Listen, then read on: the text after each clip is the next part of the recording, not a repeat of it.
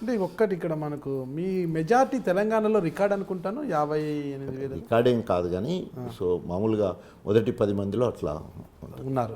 మీరైతే ముందు ఓడిపోయినా కూడా తర్వాత మెజార్టీని అలా పెంచుకుంటూ వచ్చారనమాట. అలా పెంచుకుంటూ రావడానికి గల కారణమేమి?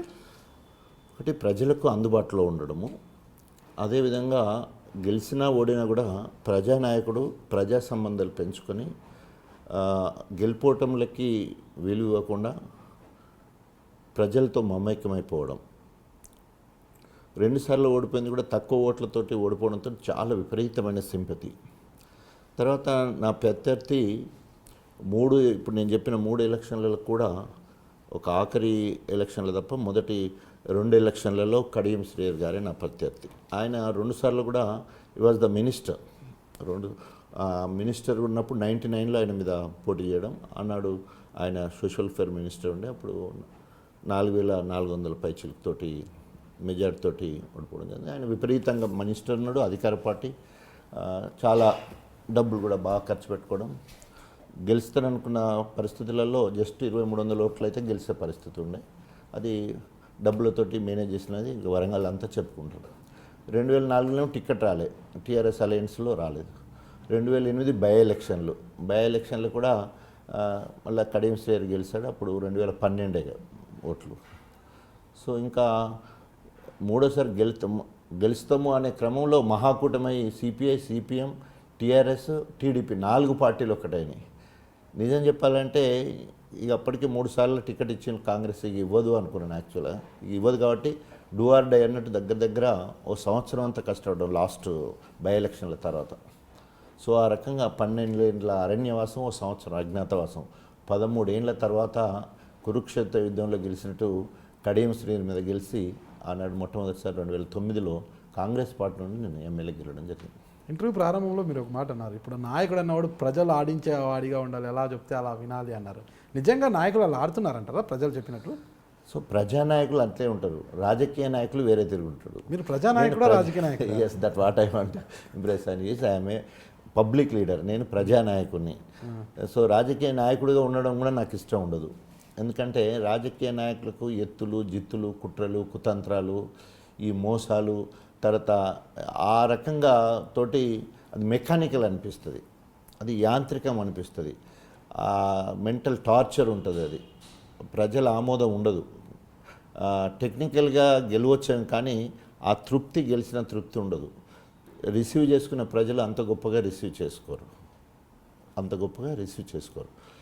అందుకనే ఈరోజు మీరు అన్నట్టు నేను తొలి ఉప ముఖ్యమంత్రి అయిన తర్వాత నేను ప్రజానాయకుని కాబట్టి నాకున్న యాక్సెప్టెన్సీ, నా సమాజం కావచ్చు, తెలంగాణ ఉద్యమకారులు కావచ్చు, నా అభిమానులు కావచ్చు, ఎంతో గొప్పగా రిసీవ్ చేసుకున్నారు. అంతే గొప్పగా వాళ్ళందరినీ నేను ఓన్ చేసుకున్నాను. ఏమన్నానంటే ఈ ఉప ముఖ్యమంత్రి పదవి నేను నామ మాత్రమే, ఇదంతా మీరు పెట్టిన భిక్ష. యూ ఎంజాయ్ ద పవర్, మీరు దీన్ని అనుభవించండి, ఉప ముఖ్యమంత్రి పదవిని మీరందరూ అనుభవించండి అని. దళితులకి, దళిత క్రైస్తవులకు కావచ్చు, తెలంగాణ ఉద్యమకారులకు కావచ్చు, అంత గొప్పగా ప్రజల్లో అనడంతో వాళ్ళందరూ కూడా దే వాంట్ టు ఓన్ మీ, నన్ను ఓన్ చేసుకోవాలి, నేను కూడా వీళ్ళందరూ నా వాళ్ళే, మీరు ఎంజాయ్ చేయండి అని నేను చెప్పడం. సో అలాంటి మనస్తత్వము అంత గొప్పగా, అంత యాక్సెప్టెన్సీ మనకు మాత్రమే రాగలిగింది. అది ప్రజానాయకునికి ఎలాంటి యాక్సెప్టెన్సీ వస్తుంది, అదే రాజకీయ నాయకుడికి ఆ యాక్సెప్టెన్సీ రాదు.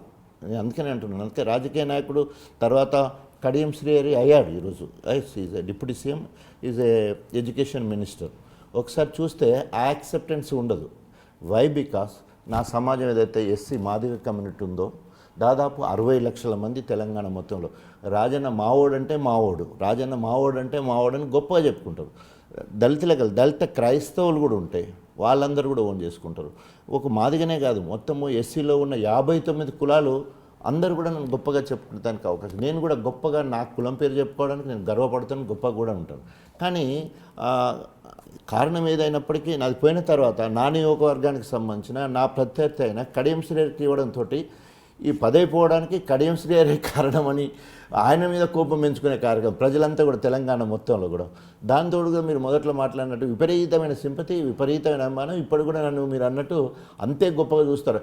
ఎక్కడి వరకు వస్తుంది అంటే డాక్టర్ రాజయ్యను మాజీ ఉప ముఖ్యమంత్రి అనకూడదు, is a first deputy CM of Telangana. ఎక్కడ పోయినా కూడా అట్లే అంటారు.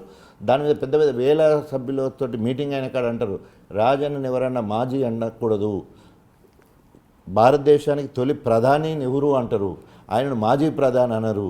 అట్లాగే రాజన్న ఎన్ని రోజులు ఏందని వదిలిపెట్టు. రాజన్న ఉన్నంతకాలం వెలిగిండు. ఉన్నది ఎన్ని రోజులు అనేది పక్కకు పెట్టేది ఉంటే కాకి లెక్క కలకాలం కాకుండా కోకి లెక్క కొన్నాళ్ళు రాజన్న ఉన్నాడు అంటే అంతమంది ఐడెంటిఫై చేశాడు. అంతమంది కేసీఆర్ గారి ఆశీస్సులతో అనతి కాలంలోనే హెల్త్ యూనివర్సిటీ తీసుకురావడం, హాస్పిటల్లో నిద్ర చేయడం, గవర్నమెంట్ హాస్పిటల్ అన్నిటి కూడా ప్రక్షాళన చేయడానికి పిఎస్సిలో, ఏరియా హాస్పిటల్లో, సివిల్ హాస్పిటల్లో, డిస్టిక్ హెడ్ క్వార్టర్ హాస్పిటల్లో, ఆఖరి ఉస్మానియా హాస్పిటల్లో కూడా పడుకోవడం జరిగింది. అంటే ప్రజలకు భరోసా, ప్రభుత్వ హాస్పిటల్స్ మీద భరోసా కల్పించడం కోసం ఆ రకంగా ఆనాడు వినూతన పద్ధతిలో, ఎందుకంటే గ్రాస్ రూట్లో ఉండే సమస్యలు మొత్తం నాకు తెలుసు కాబట్టి, సో ఆ రకంగా ప్రజలకు చేరువ కావాలి. వైద్య డిపార్ట్మెంట్, మెడికల్ డిపార్ట్మెంట్ మొత్తం కూడా ప్రక్షాళన చేయాలనే ఆలోచనతో చాలా గొప్పగా కేసీఆర్ ఇచ్చిన అవకాశాన్ని సద్వినియోగం చేసుకోవడం జరిగింది.